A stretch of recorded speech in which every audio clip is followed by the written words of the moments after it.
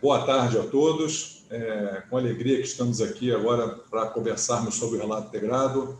Nessa série de webinários, né, que a Universidade Federal Fluminense vem promovendo junto com a Escola de Engenharia, né, do campus de Niterói, e um trabalho que vem sendo desenvolvido pelo LATEC, o Laboratório Nosso de Tecnologia para a Sustentabilidade, que há 20 anos já trabalha dentro desse ambiente da sustentabilidade. Então, agradecemos à Escola de Engenharia, a nossa querida Universidade Federal Fluminense. Um agradecimento para a professora Vânia. Muito obrigado, Vânia, por ter vindo. Essa agenda difícil, mas você está aqui com a gente. É sempre um prazer, né? Vânia, além de estar fazendo o doutorado dela na FUNCAP, foi superintendente, né, do BNDES na área de controladoria. Então, muito obrigado por estar contribuindo com a gente. Já trabalha com relato integrado há muitos anos e tem sido a promotora disso no Brasil e fora do Brasil, desse tema que é tão importante aí para demonstrar os resultados no ambiente sustentável. Agradeço a presença da Cíntia, né, a professora da Universidade Federal Fluminense da área de contabilidade, mas doutoranda do nosso doutorado em Sistema de Gestão Sustentável, que trabalha pesquisando sobre o relato integrado e a criação de valor através de seus ativos intangíveis. Ao público todo, muito obrigado pela presença de vocês. É muito bom estar com vocês aqui dentro desse ambiente, onde o debate vai ser levado dentro de uma discussão, tentando entender a visão desse tema para agregação e geração de valor, não só para as empresas, mas também para o próprio Estado, pois o relato integrado também hoje é uma obrigatoriedade para o Tribunal de Contas para as autarquias federais. Então, quando a gente trata desse tema, a gente está falando de um tema onde não só as empresas, seja ela de ordem privada ou não privada, ou seja, em qualquer tipo de organização, vai estar trabalhando com isso no futuro. Essa webinar está sendo motivada pelo nossos cursos também. Nós somos pesquisadores da universidade na área de sustentabilidade, temos um MBA em Gestão de Negócio Sustentável, que trabalha esse tema, um mestrado profissional em Sistema de Gestão, que também trabalha com o relato integrado. A gente tem hoje vários alunos pesquisando o tema, inclusive tem aluno que já defendeu o tema e comprova uma série de questões que nós vamos debater, e também o doutorado em Sistema de Gestão Sustentável. Bom, obrigado por vocês duas estarem aqui. Eu também sou pesquisador da área do relato, fiz uma certificação de relato integrado, e eu vou começar, a gente vai estar trabalhando esse debate através de algumas provocações, Vânia, que não tem jeito, né?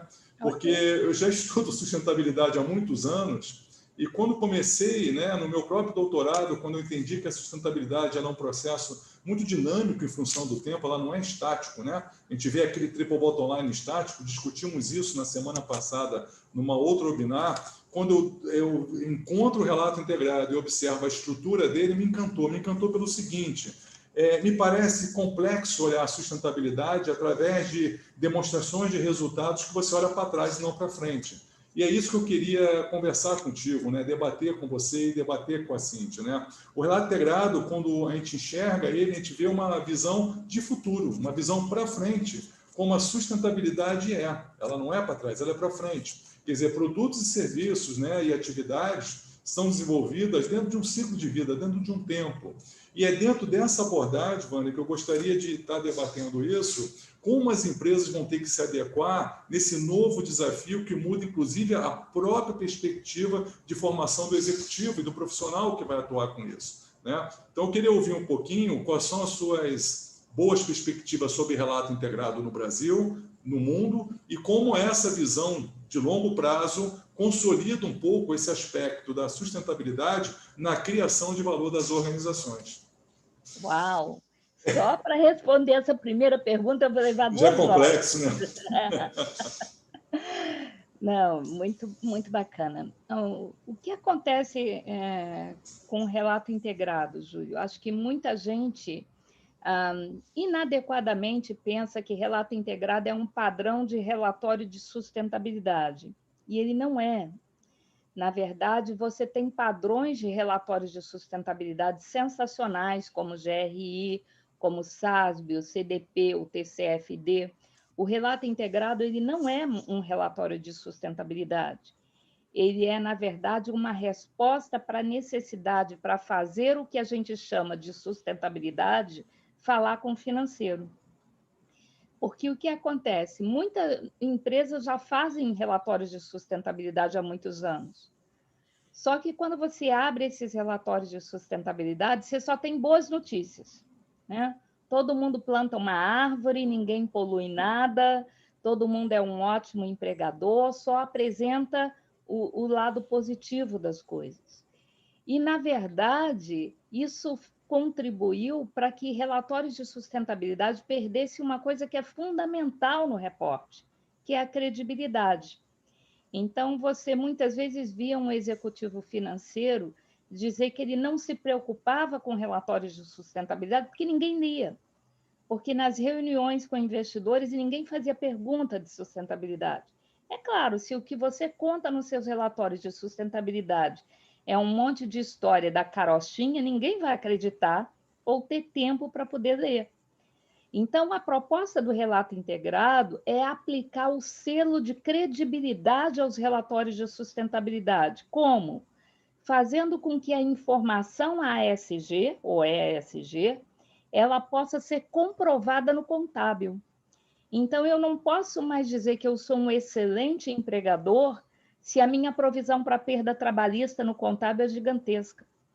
Eu não posso dizer que eu não tenho risco de meio ambiente nenhum se a minha provisão para perda ambiental ela é material.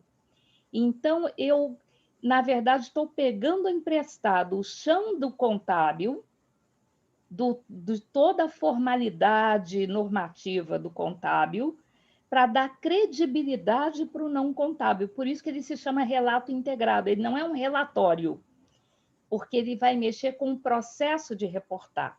Então, ele vai cruzar o contábil com o não contábil para dar credibilidade. E você tem razão, ele não quer fazer isso só olhando para o passado. Ele quer também mostrar qual é a perspectiva futura. Muita gente pensa que isso é entregar o segredo de negócio da empresa. Não. É, na verdade, apontar qual é o direcionamento estratégico da empresa. Porque se o mercado vai usar essa informação para tomar decisão, ele tem o direito de decidir se ele quer estar no seu barco ou não. E para isso ele precisa saber para onde o seu barco vai e não por onde o seu barco já passou, né? Então, essa é uma das propostas do relato integrado. Fantástico, Vânia. E é bom escutar isso, porque eu já fui CFO há uns anos atrás, conheço outros CFOs, né, da vida, e existe hoje uma arquitetura dentro da organização onde, quando você vai realmente consolidar as informações dentro da controladoria para efeito de documentos financeiros, nós temos hoje aquelas famosas provisões para não digo para devedores, mas sim para perdas prováveis, que isso trafega muito pelo auditor e trafega muito pelo advogado da organização para que isso se materialize e você consiga botar uma provisão que seria a segurança de uma demonstração financeira. Quando a gente trabalha com essas informações integradas e olha para frente, o que vem se discutindo hoje muito é a formação desses indivíduos para que aquelas provisões realmente tenham uma sustentação que reverbere para o público em geral, para o stakeholder e para o shareholder, informações que ele possa se sentir seguras e dali ele tomar a decisão. Daí, alguns estudos que a gente tem feito e que também temos lido, já demonstra que um bom relato integrado, onde tem informações não são fidedignas, as pessoas são preparadas para isso, eles conseguem, inclusive, demonstrar para o shareholder que o risco é menor e, com isso, a gente vê estudos de redução de custo de capital e valorização da organização.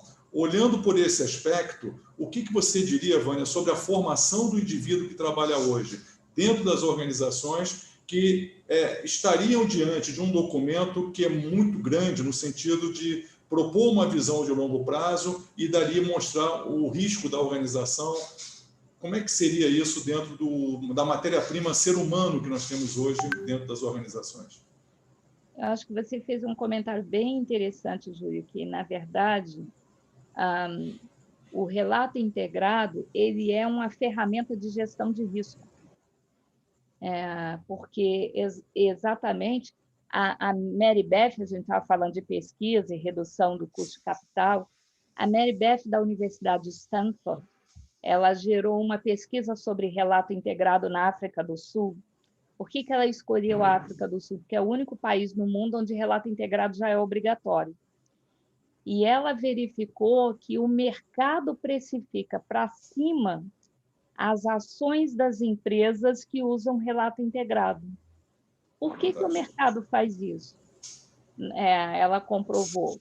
Porque exatamente o CFO daquela empresa, se ele usa relato integrado, ele pratica o que a gente chama de pensamento integrado. O que é o pensamento integrado? É você, em todas as etapas da gestão do negócio, você já levar em consideração os fatores ESG, além do VPL, do retorno e do resultado financeiro. Então, ela chegou à conclusão que o mercado precifica para cima essas ações, porque sabe que o CFO, que o gestor, tomou decisão olhando as duas faces da moeda. Ou seja, ele não tomou a decisão olhando só para o financeiro, para depois descobrir que aquela alternativa de investimento que ele escolheu tem externalidades que não são administráveis, que botam em risco a vida do ser humano, que botam em risco a continuidade do negócio. Então, empresas que usam relato integrado na gestão, elas são mais seguras. E, para isso, a formação desse profissional tem que ser completa a ponto dele ser capaz de não apenas saber debitar e creditar, mas saber olhar para os impactos não financeiros do seu negócio.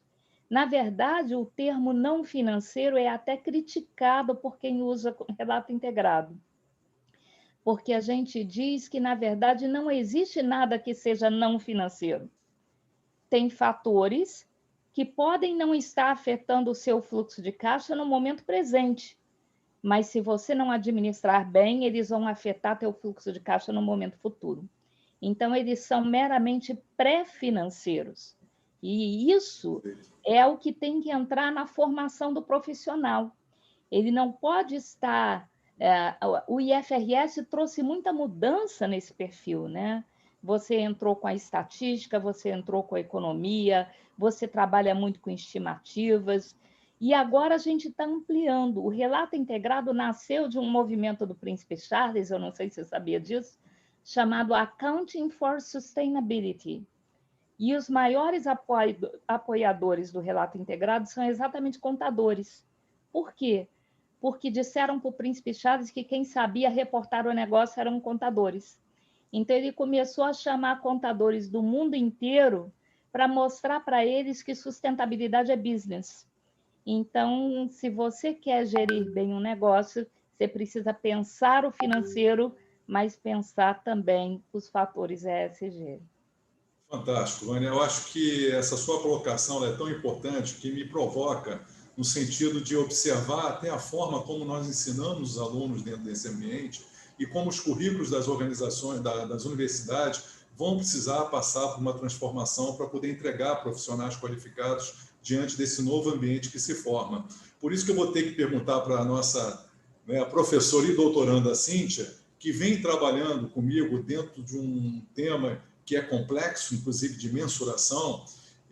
Como é que, Cíntia, a gente vem, nós estamos estudando isso com muita força, a criação de valor pelos intangíveis, que hoje é base da tua tese, e que, inclusive, fizemos um trabalho de grupo focal com grandes investidores a respeito do tema, para que eles nos dissessem como eles entendem essas questões no âmbito do risco, Vânia, que você colocou muito bem. É um relatório que visa mitigar risco para quem é o tomador de capital, para quem está nessa luta, né? E a Cíntia, olhando por esse caminho, ela busca aqueles intangíveis, né? O relato integrado trabalha com capital social, com ambiental, o humano, né? E o intelectual, onde ela tem buscado isso uma forma, como é que isso cria valor, como é que isso minimiza risco?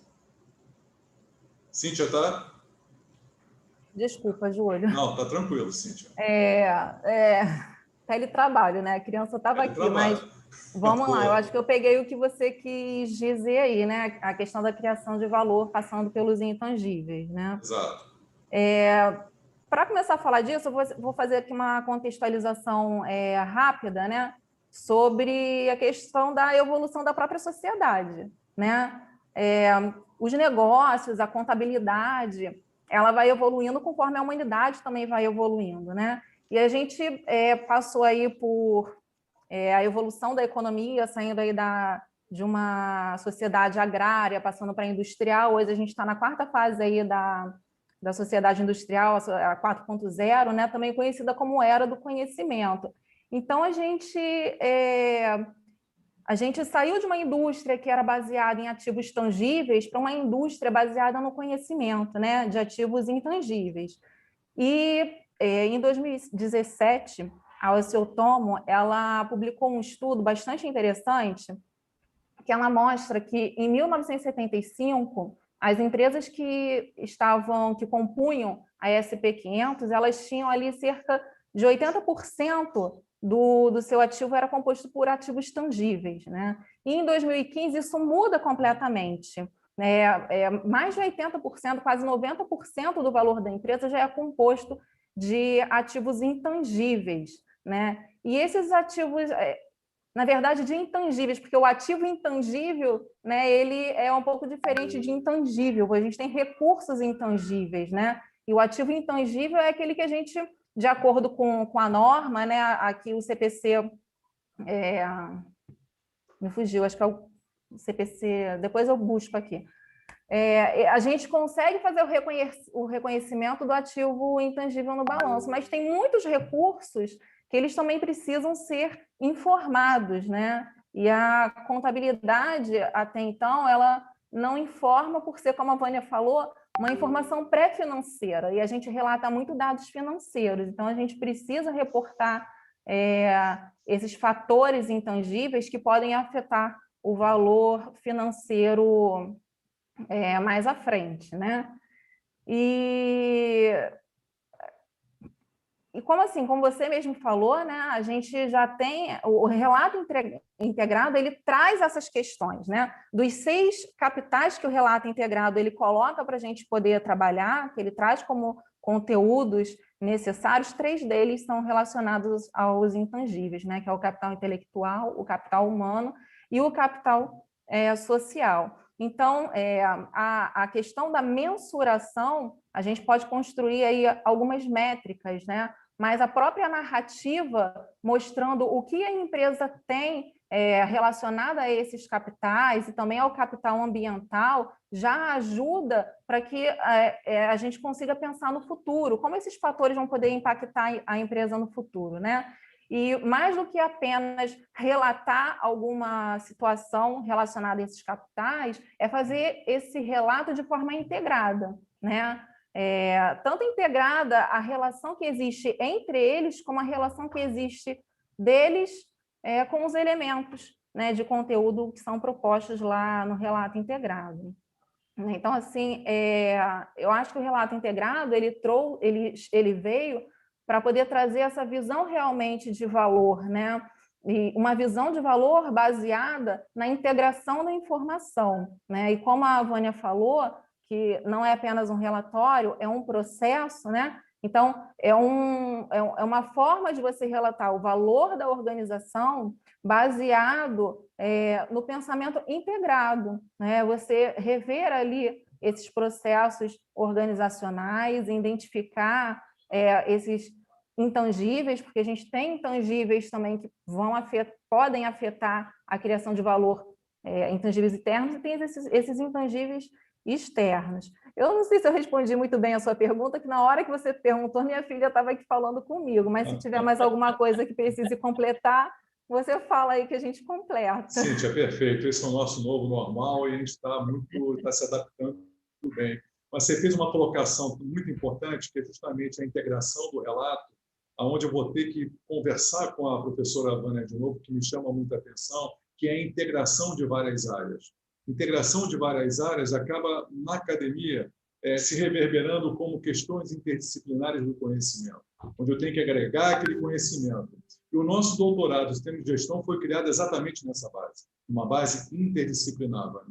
Nesse sentido, professora, qual é a grande questão que eu venho não só escutando no mercado, mas como também de algumas ansiedades nesse novo mundo, onde a mensuração é importante?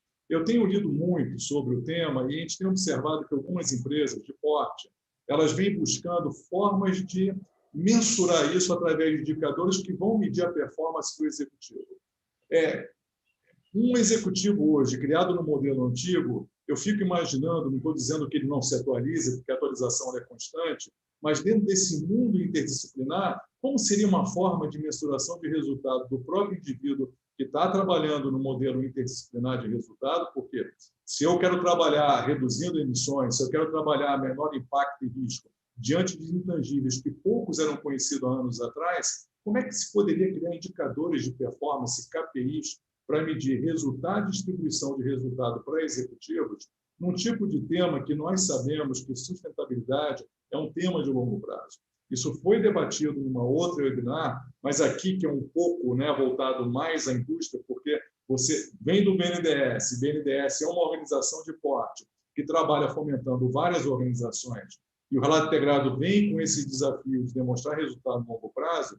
Como seria a mensuração realmente desses novos executivos diante de um desafio tão complexo, que é a integração de áreas que não eram integradas até um tempo atrás? Para responder a tua pergunta, eu tenho que dar um passinho atrás. Primeiro, falar sobre essa interação entre áreas. Como é que os nossos relatórios eram feitos no passado, antes de relato integrado chegar? Você tinha lá meia dúzia de pessoas que era encarregada pela empresa de fazer o relatório anual da empresa. Aquela meia dúzia de pessoas ia mandar um memorando para toda a empresa, dizer assim, me diz aí o que aconteceu no seu departamento para eu poder colocar aqui no relatório anual da empresa. Então, a pessoa que recebia aquele memorando entendia que ele tinha que prestar conta sobre o que tinha feito.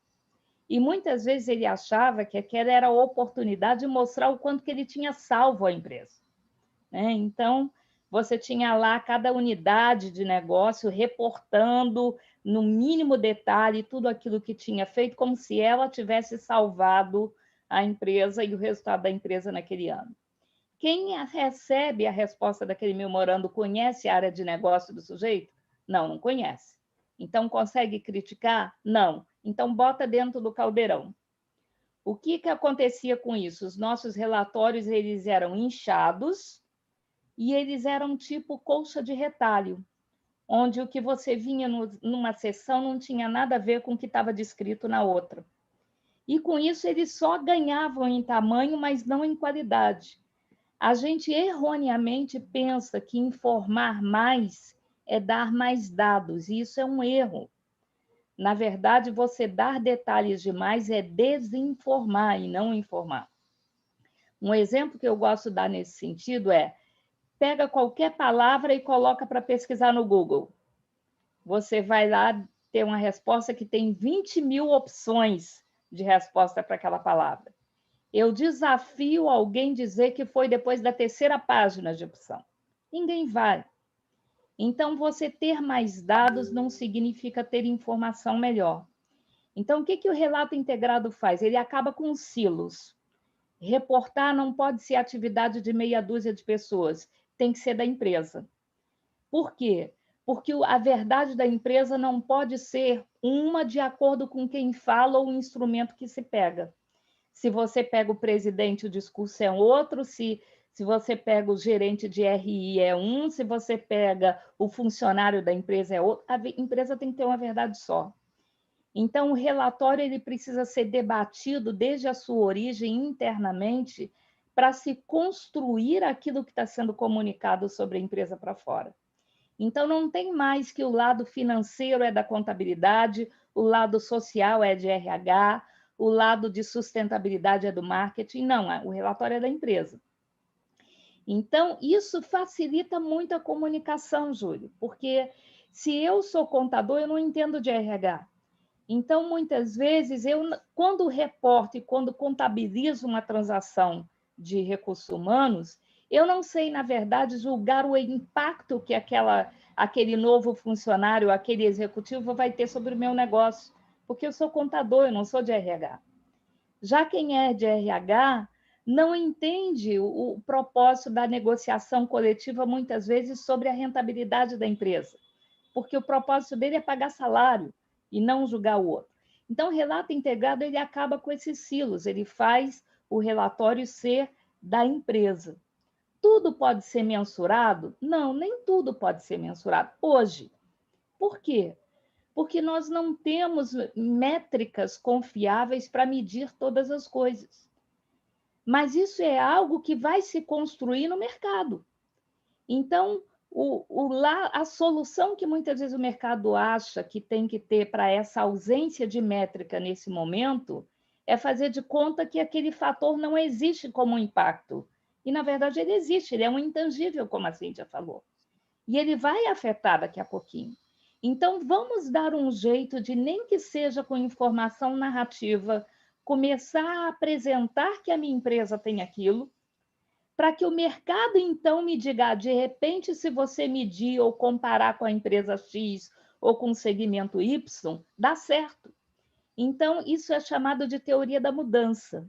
Muitas vezes você precisa começar a disponibilizar o que é possível, que a própria disponibilização vai construir o conhecimento necessário para você chegar na métrica, né? Então, é um processo que a gente tem que investir nele. Vânia, é fantástico. Isso é uma construção. Isso aí eu acho que está muito bem colocado, porque não se tem hoje, né? É tudo muito novo, é tudo muito... as coisas estão ocorrendo. Só que você faz uma colocação muito interessante, que foi debatida também, que talvez que o relato integrado ele traz, na verdade, não só a integração, mas como uma união de departamentos para que não se tornem os silos, e dali, quem sabe, formar uma nova cultura organizacional da empresa voltada para esse aspecto. Eu sempre digo que relato integrado não é um novo relatório, é uma mudança de cultura. Perfeito. E daí está o grande erro de algumas empresas, porque como ele hoje não é obrigatório, ele só é obrigatório, você bem mencionou, para a instância federal sujeita ao relatório de gestão do TCU, mas a gente vê que o mercado está começando a se abrir para isso. A resolução 14 da CVM já é um efeito disso. Ela não torna relato integrado obrigatório, mas ela recepciona a OCPC 09, que diz que se um contador for disponibilizar informação não financeira, que ele precisa usar o relato integrado como base. E a CVM não está sozinha nisso, ela está se espelhando no papel da própria IOSCO, que é a Associação Mundial de CVMs. Então, o mercado está caminhando para isso, né? E a gente está construindo isso.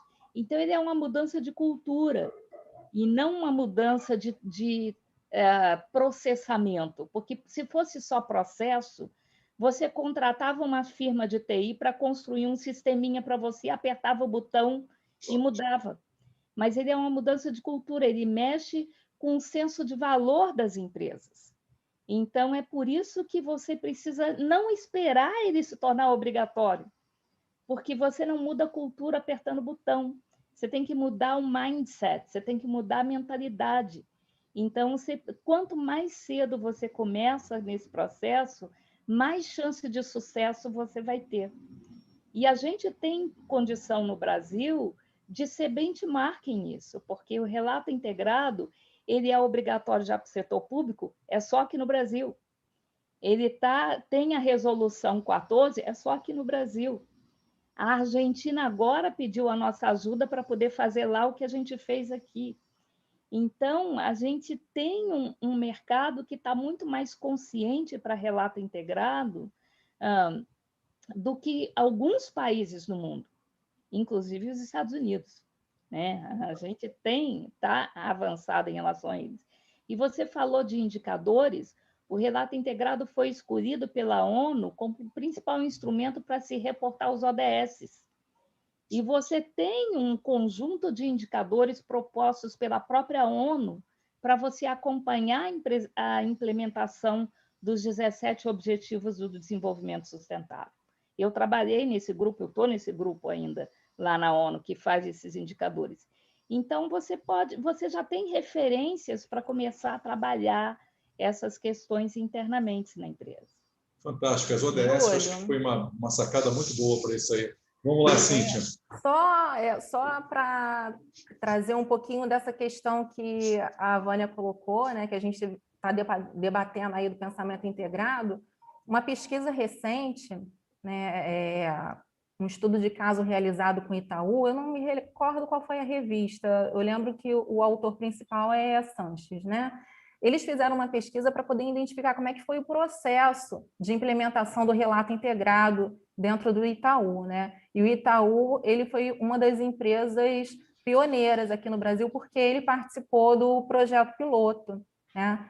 E o que esses pesquisadores conseguiram identificar com aqueles atores envolvidos no processo de relato é que houve uma mudança organizacional, né? Então, eles conseguiram desenvolver ali dentro da empresa esse pensamento integrado, né? Destacaram que não é simples, né? Então, assim, essa experiência prática desse grupo, né? É um desafio, é complicado, mas eles conseguiram transitar de silos setoriais para equipes multissetoriais, né? E mais do que isso, a gente estava discutindo, né, o papel do contador, o papel desses atores no processo, e esses atores da contabilidade que participaram dessa pesquisa, né? Não, da pesquisa, eles falaram justamente isso, que houve uma mudança de paradigma no entendimento deles, né? Eles deixaram de se enxergar como meros controladores e divulgadores de informações financeiras e perceberam que discutir e reportar informações não financeiras, como capital humano, intelectual, social, de relacionamento, isso não era uma exclusividade da área de sustentabilidade, né? E os atores da área de sustentabilidade, eles também tiveram um amadurecimento assim, no processo deles, né? Eles começaram a buscar conhecer mais a instituição, a identidade da instituição, as capacidades, limitações e desafios da instituição para poder desenvolver esse relato. Então, eu achei que foi uma pesquisa assim, mostrando o resultado prático, né, de uma empresa que foi bem bacana. E quando a Vânia falou de sermos assim, benchmark, eu acho que realmente assim, é um potencial, né, Vânia? Porque das empresas participantes do programa piloto, o Brasil, acho que só o Reino Unido, né, que tinha mais, e mesmo assim era uma empresa a mais. Na verdade, o Brasil está em terceiro lugar.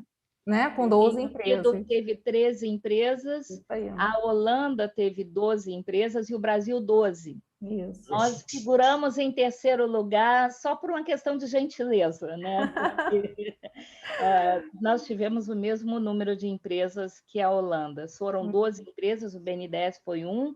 Na verdade, começamos 3 empresas, né? Era uma consultoria pequenininha de sustentabilidade, que foi a primeira a entrar, depois entrou Natura e o BNDES entrou logo em seguida. No final de 2011, né? E começamos a Comissão Brasileira do Relato Integrado em julho de 2012, e o Itaú entrou mais ou menos nessa época, depois aí vieram a AES, CCR, a Eletropaulo, né? E o Itaú, a Petrobras também participou no final. Foram 2 anos, eu acho que essa foi a grande sacada do relato integrado, porque como que aconteceu, Júlia? Surgiu lá da iniciativa do Príncipe Charles, né? Acho que a gente conversou sobre isso.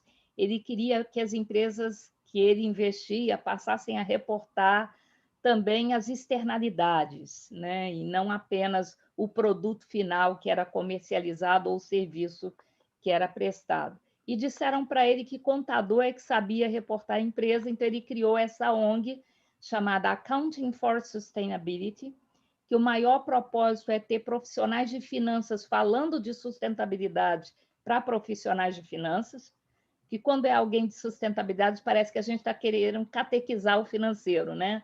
Então, não, vamos mostrar para eles que ser sustentável é business, que a empresa gera mais valor quando ela é sustentável. Então, ele criou esse grupo, e desse grupo saiu o IIRC, que é o órgão que prepara o framework do relato integrado. E o IIRC é um movimento de coalizão. Se você olhar, você tem empresa de auditoria, você tem academia, você tem empresas, você tem reguladores, você tem standard setters, é todo mundo junto para construir esse futuro, né? E o IRC ele não tem a presunção de crescer, de criar filial, de criar novos capítulos. Não, na verdade, ele tem um propósito que é fazer a empresa reportar com qualidade e reportar de forma impactante para poder se mudar a questão. E ele podia, então, ter pego esse pessoal todo bom de mercado, de academia, de Oxford, de Cambridge, de Harvard, e dito assim, escreve uma norma aí, vamos dizer para o mercado como é que vai ser. Mas eles fizeram o contrário, eles disseram, vamos fazer uma chamada mundial de voluntários que queiram participar de um experimento para se construir uma norma nova. Esse é o programa piloto. Eles queriam encontrar 50 empresas no mundo que testassem os conceitos de relato integrado antes deles botarem relato integrado no papel. Ao invés de 50, eles conseguiram 143 empresas no mundo, 12 delas brasileiras, né?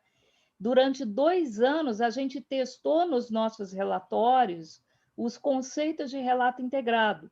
Então, 2011, 2012 e todo o exercício de 2013. Então, o relato integrado foi publicado em 5 de dezembro de 2013, foi aprovado, né? Lançado oficialmente em janeiro de 2014. Quando ele chegou no mercado, ninguém podia dizer isso não dá certo, porque já tinha sido testado no programa piloto. Isso só funciona para grande empresa. Não, nós tivemos pequenas empresas no programa piloto. Isso só funciona para o setor financeiro. Não, nós tivemos gente de todos os segmentos no programa piloto, porque a gente queria exatamente fazer algo que fosse possível de ser aplicado, que ninguém dissesse isso é estratosférico, isso é utópico, isso é infactível. Então, o programa piloto ele teve esse objetivo, e o Brasil foi quem mais se destacou no programa piloto. O Reino Unido teve 13, mas acho que a gente participou mais. Nós hoje somos a maior comissão de relato integrado no mundo, né? Então, a gente é consultado e faz parte do conselho exatamente por isso. É uma grande oportunidade. Muita gente vê o relato integrado como vou sair da minha rotina, vou sair do que eu já sei fazer e vou tentar uma coisa diferente. Mas, na verdade, ele representa uma grande oportunidade de sustentabilidade para a empresa, porque ela vai repensar o seu negócio, mas vai fazer isso de uma forma muito inteligente. Perfeito, Vânia. Cíntia, colocações muito interessantes. Isso vem de encontro com um debate que nós tivemos, que aquela figurinha do triplo bottom line talvez deveria ter sido desenvolvida com as 3 vertentes juntas, não separadas, porque a integração das informações, a questão interdisciplinar, é que gera de fato valor. Então, 3 círculos com uma interseção valor no meio, talvez seja a grande demonstração da sustentabilidade. Eu faço essa colocação porque a Cíntia, há pouco tempo, né, tivemos uma entrevista a Grupo Focal, dentro ainda do ambiente de doutorado, e nós entrevistamos os shareholders, famosos shareholders, né, que são donos de fundos, né? E, Cíntia, uma coisa que achei interessante, a Vânia coloca muito bem, o Brasil vem despontando sobre isso. Entretanto, o que nós observamos na nossa pesquisa, que eles reconhecem o valor, mas que ainda também não utilizam o relato integrado por uma questão de curto prazo, né? Você pode falar um pouquinho sobre isso com a gente? Eu achei muito interessante o que eles colocaram. Sim, isso é verdade, né? Assim, apesar do objetivo principal do relato integrado ser explicar aos provedores de capital financeiro como a organização ela vai criar, preservar ou corroer o valor ao longo do tempo, né? A gente conseguiu identificar isso na literatura, né? Existem poucas pesquisas que investigam a percepção dos investidores, né? Mas essas poucas pesquisas que investigam a percepção do investidor, né, eu identifiquei algumas, 2 realizadas na África e Austrália, Taiwan e Reino Unido, né? e a gente identificou o que nós identificamos na nossa pesquisa de grupo focal, né? Assim, um certo desinteresse desses investidores. É claro que há tipos e tipos de investidores, né? Até porque o relato integrado ele surge da demanda dos grandes investidores, né, de terem informações mais completas, informações integradas para respaldar seu processo de tomada de decisão. Mas os grupos investigados nessas pesquisas internacionais e os investidores que nós tivemos oportunidade de entrevistar no grupo focal, eles apontam, né, o desinteresse pelo relato integrado e o uso de outros relatórios, como releases, né, para tomada de decisão. Eles colocam aí uma crítica em relação à periodicidade também. Mas eu vejo também, Júlio, que tem uma questão assim do entendimento em relação ao relato integrado, né? Como a Vânia falou, a gente comentou aqui, eu acho que os investidores, esse grupo, né, de investidor, esse perfil de investidor, eles observam, eles entendem o relato como um produto. E aí eles falam assim, mais um relatório, né, para poder ajudar aí no processo de tomada de decisão. E nem todos os investidores, né, assim, os grandes investidores, sim, mas um outro perfil de investidor, às vezes, nem utiliza as informações qualitativas para tomada de decisão, então eles acabam não dando importância a isso. Agora, eu acho que é uma questão que até no próprio grupo focal, né, o investidor, ele apontou isso, assim, ele reconhece que não utiliza, ele reconhece que se utiliza de outras ferramentas para tomada de decisão, mas ele reconhece que a gente está num ponto, né, assim, num caminho sem volta, que se até então investidores não olhavam para as questões sociais e ambientais, né, principalmente agora, nesse momento que a gente vive de pandemia, essas questões aflorando muito, as questões de ESG, né, aflorando e preenchendo aí o mercado de discussões, essas questões estão num caminho sem volta, elas vão passar a ser olhadas por esses investidores, né? E o relato integrado, ele faz a integração dessas questões, né? Então, ele tem um potencial muito grande de informar bem, né, os provedores de capital financeiro. Como a Vânia falou, né, uma ferramenta de gestão de risco. Então, ele analisando os riscos dessas diferentes esferas, dimensões, né, integrando essas informações, apresentando para o investidor, né, como isso pode criar valor ao longo do tempo, eu acho que assim, é um potencial incrível. Eu acho que quem não reconhece o valor do relato integrado hoje, em breve vai estar reconhecendo, né? Vai estar correndo atrás de saber o que é. Não, sem dúvida, Cíntia. Inclusive, nesse próprio grupo que nós estávamos juntos nessa pesquisa, um dos participantes, que morou fora do Brasil, ele falou, olha, lá fora já está com uma tendência muito forte, e isso é uma tendência aqui também no Brasil. Quer dizer, a gente já sabe que isso é uma tendência, isso é muito bom ver. E ouvindo de pessoas que têm uma preocupação muito grande com o capital no momento de investir em certos ativos. Então, se eles estão preocupados, quer dizer, a própria organização também tem que estar atenta no que ela apresenta. E aí vem o grande conflito que a Cíntia coloca muito bem, que não é mais um relatório, e sim uma nova forma de gerir uma organização diante da integração de informações que vão demonstrar o resultado e o tomador de capital vai começar a poder perceber aonde alocar melhor em função dos riscos. Bom, professora Vânia, professora Cíntia, como o nosso tempo é sempre limitado, né? Parece que o tempo está mais rápido na pandemia, né? É engraçado, tudo passa muito rápido. Então, a gente tem algumas colocações aqui dos telespectadores, né? Os nossos ouvintes, eles querem ouvir algumas colocações, né? Então, o Dirceu, né? O Dirceu Silveira Júnior, que faz uma colocação que, bom, boa tarde, professora Vânia, professora Cíntia.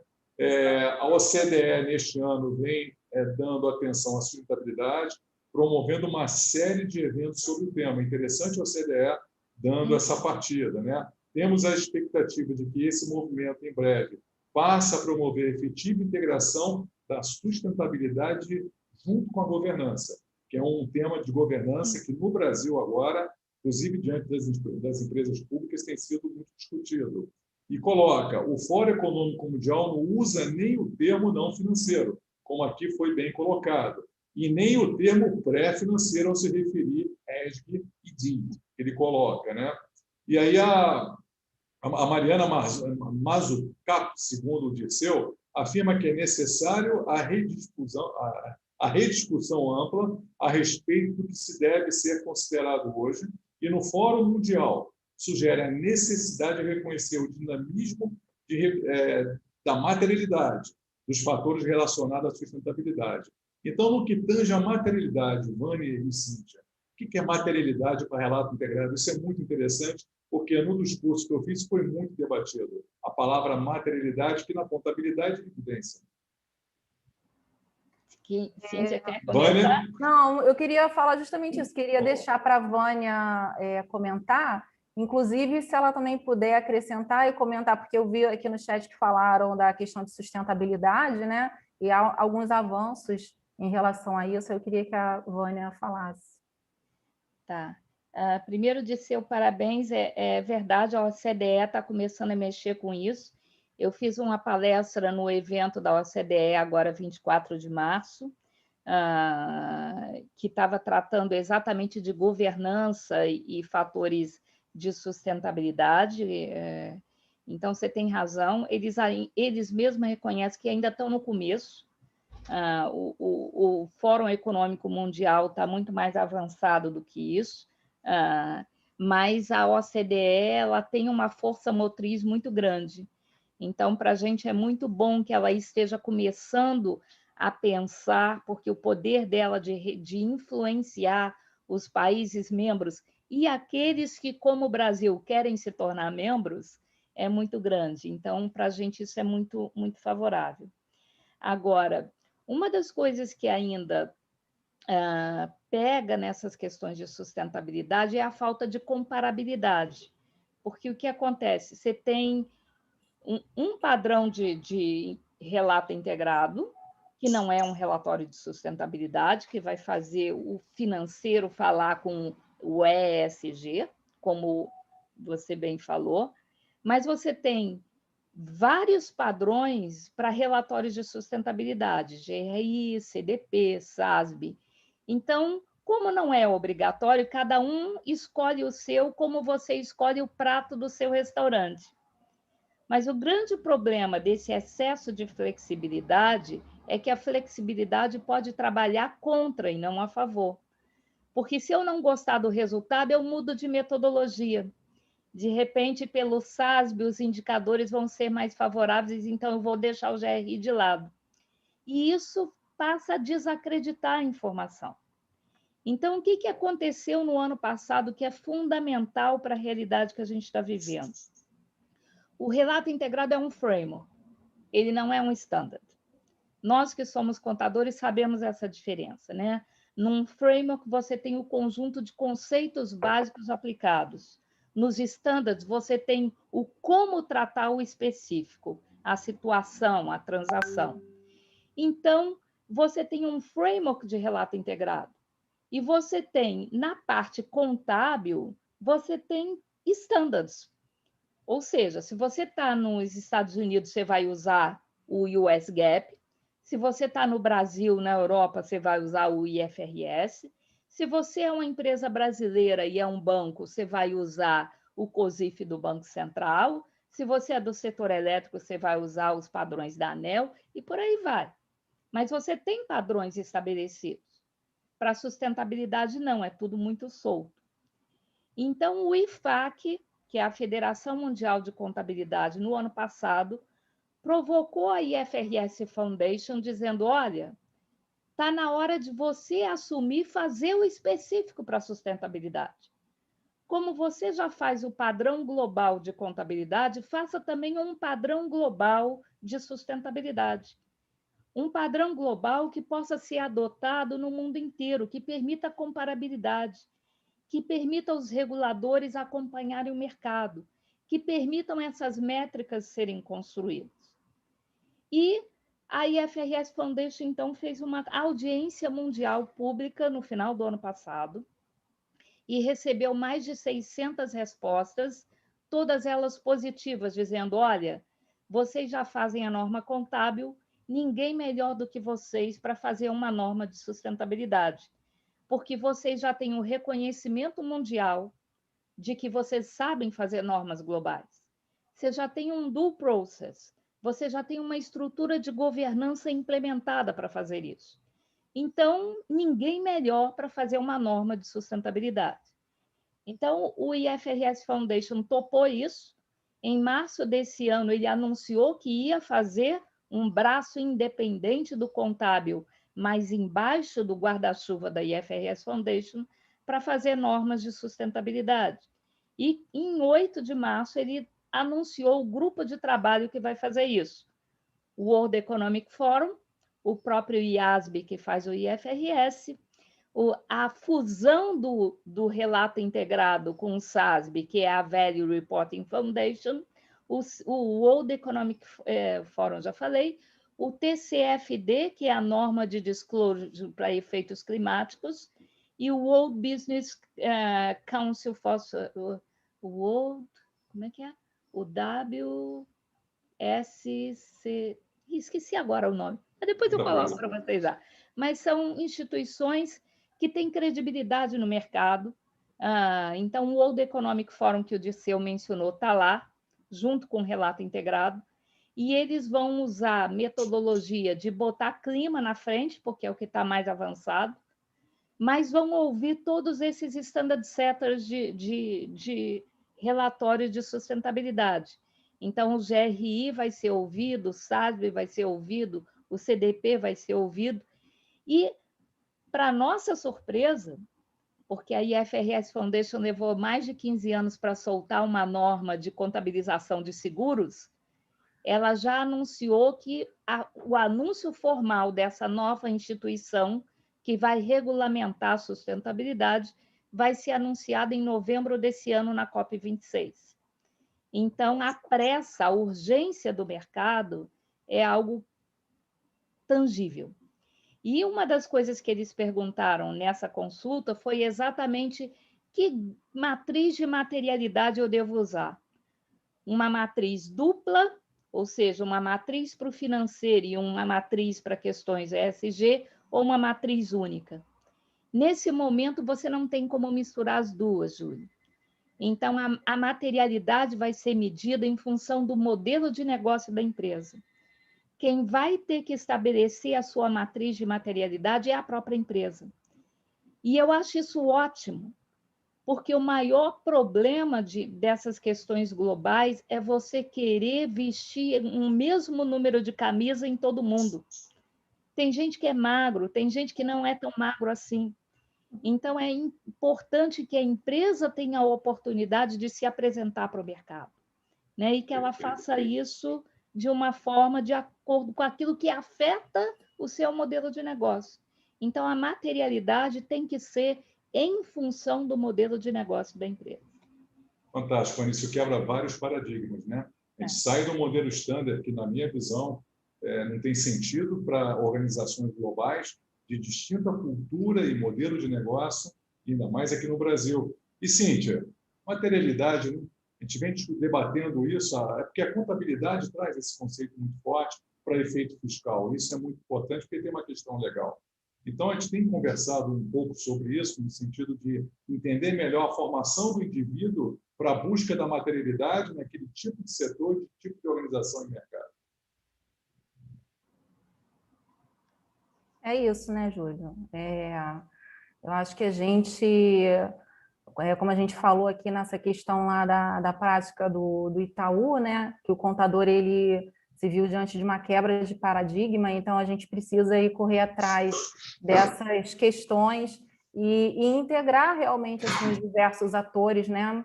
Todo mundo conduzindo esse processo de forma conjunta, né? E aprendendo, né? Porque, como disse a Vânia bem colocou, né? Isso é um processo, é uma jornada, né? Então, certas coisas vão sendo desenvolvidas com o tempo.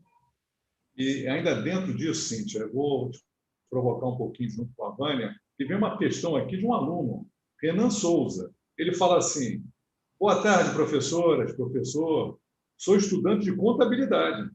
Beleza. Estou pensando uma iniciação científica com o tema de relato integrado. Tendo lido sobre o assunto, mas ainda não tem um problema de pesquisa. O que está faltando? Gostaria de saber de vocês. Quero ser pesquisador e estou encantado pelo tema. Que legal. Cíntia, você que está aí cheio de situação, problema, é a professora da minha Vânia, que está as duas fazendo doutorado. O que a gente pode ajudar o Renan Souza nessa formação dele? Nobre, muito legal isso. Muito bacana.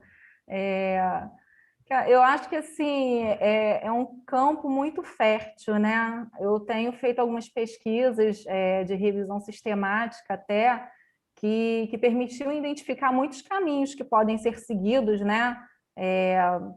A partir ali de uma abordagem positivista, a gente sabe que já existem resultados mostrando a influência da adoção do relato integrado no preço das ações, no fluxo de caixa, no custo de capital, né? Existem muitos trabalhos relacionados à África do Sul, por ter sido o primeiro país a obrigar as empresas listadas a divulgar, o que dá ali uma janela para um estudo longitudinal, né? Então, muitas pesquisas na África do Sul, mas também tem pesquisas com amostra de diversos países e tem pesquisas despontando também aqui no Brasil, né? Aqui no Brasil, eu li 2 pesquisas recentes que eles não conseguiram identificar a relação com o custo do capital, mas nós temos ainda pouco tempo, né? Assim, poucas empresas e pouco tempo de relato integrado. Então, assim, mais estudos nesse sentido é muito interessante, até porque existem ainda alguns resultados contraditórios. Então, quanto mais estudo nesse sentido,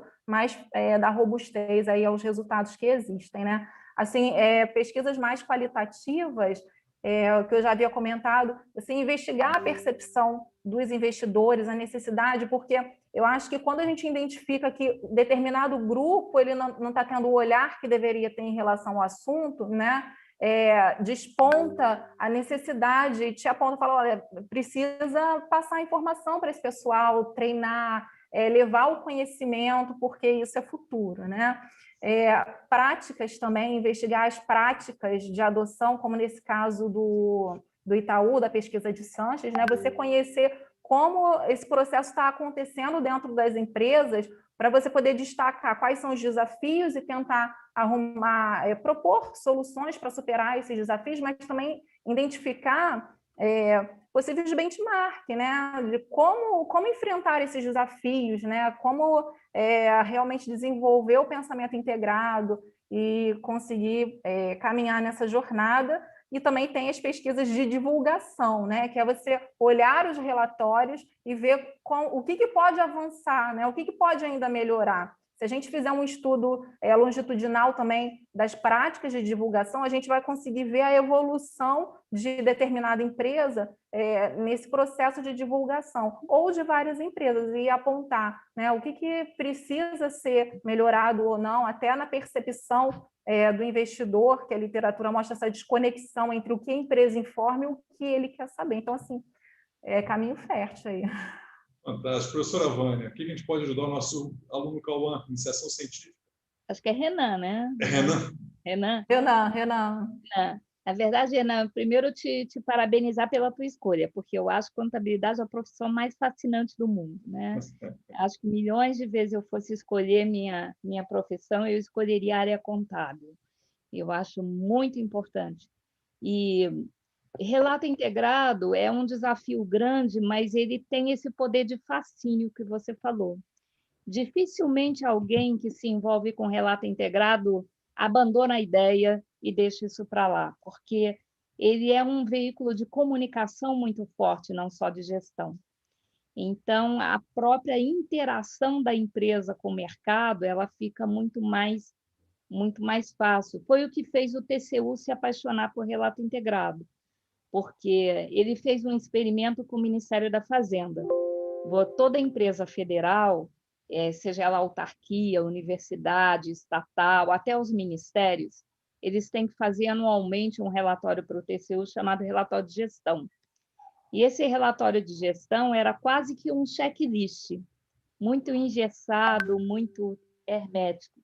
E quando saiu a Lei 13.303 de governança de estatais falando de relato integrado, o TCU resolveu verificar o que era isso.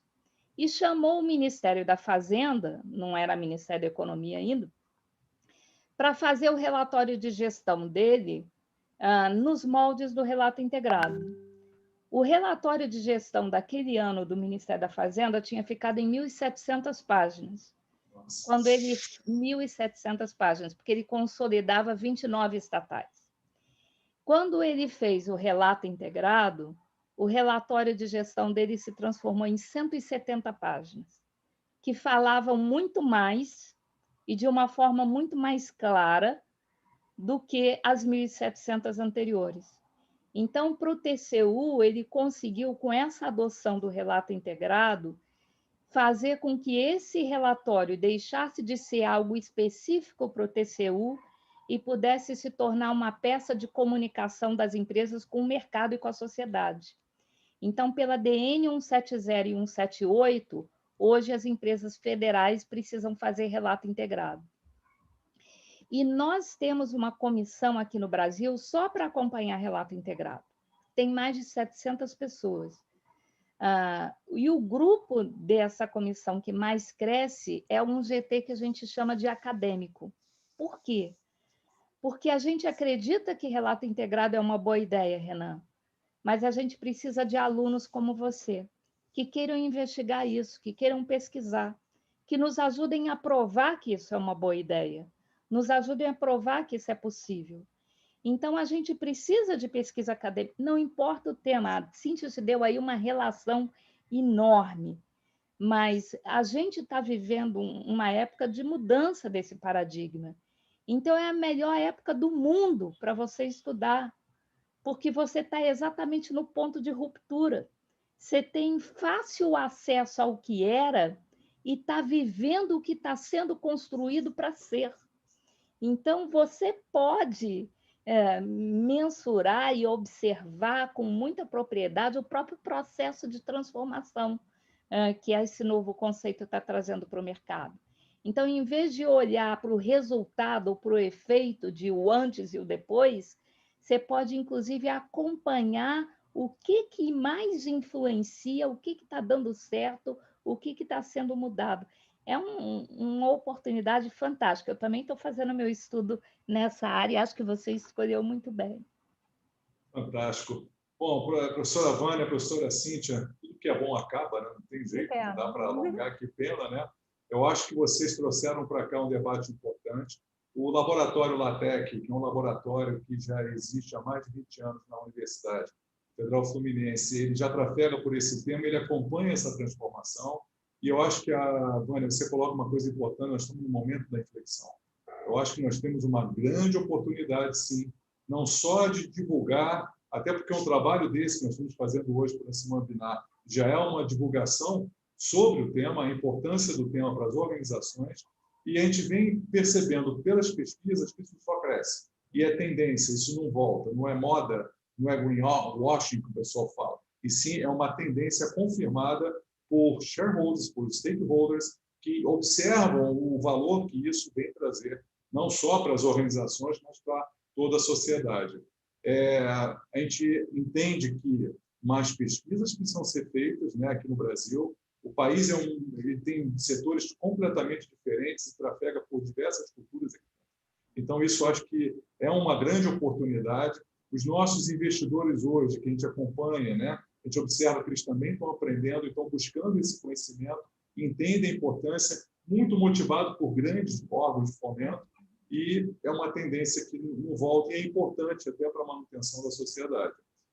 Assim, eu agradeço muito a colocação de vocês duas, né? E são duas estudantes, né? Além de eu conhecer isso, eu também sou um aprendiz disso, porque estou pesquisando junto com a Cíntia.